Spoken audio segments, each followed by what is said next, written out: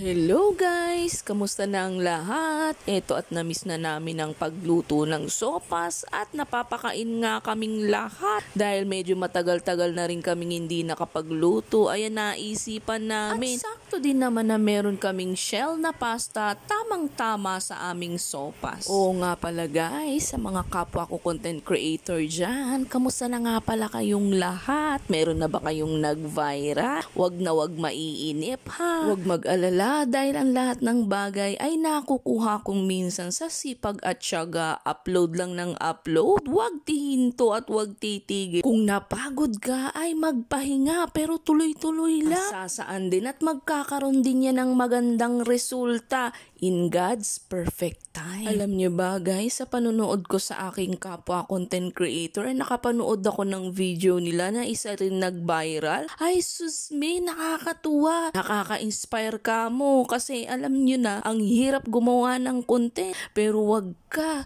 dun tayo nakakakuha ng lakas ng loob para magpatuloy.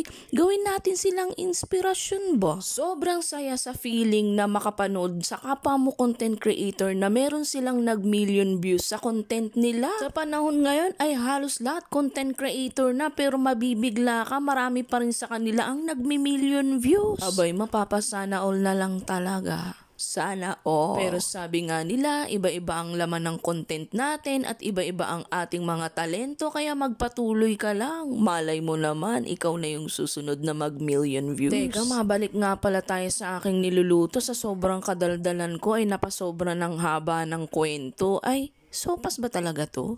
O hotdog na nilagyan ng sopas?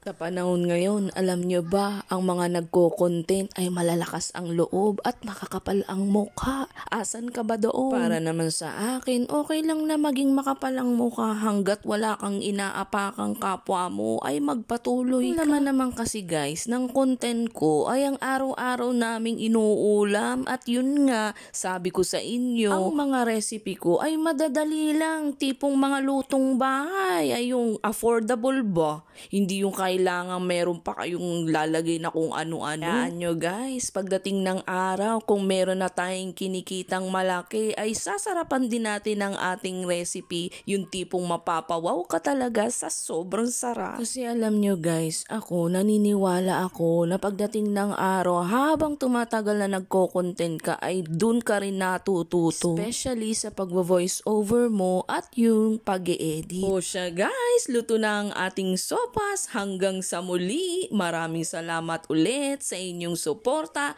at sa walang sawang panonood ng aming video araw-araw. Bye-bye!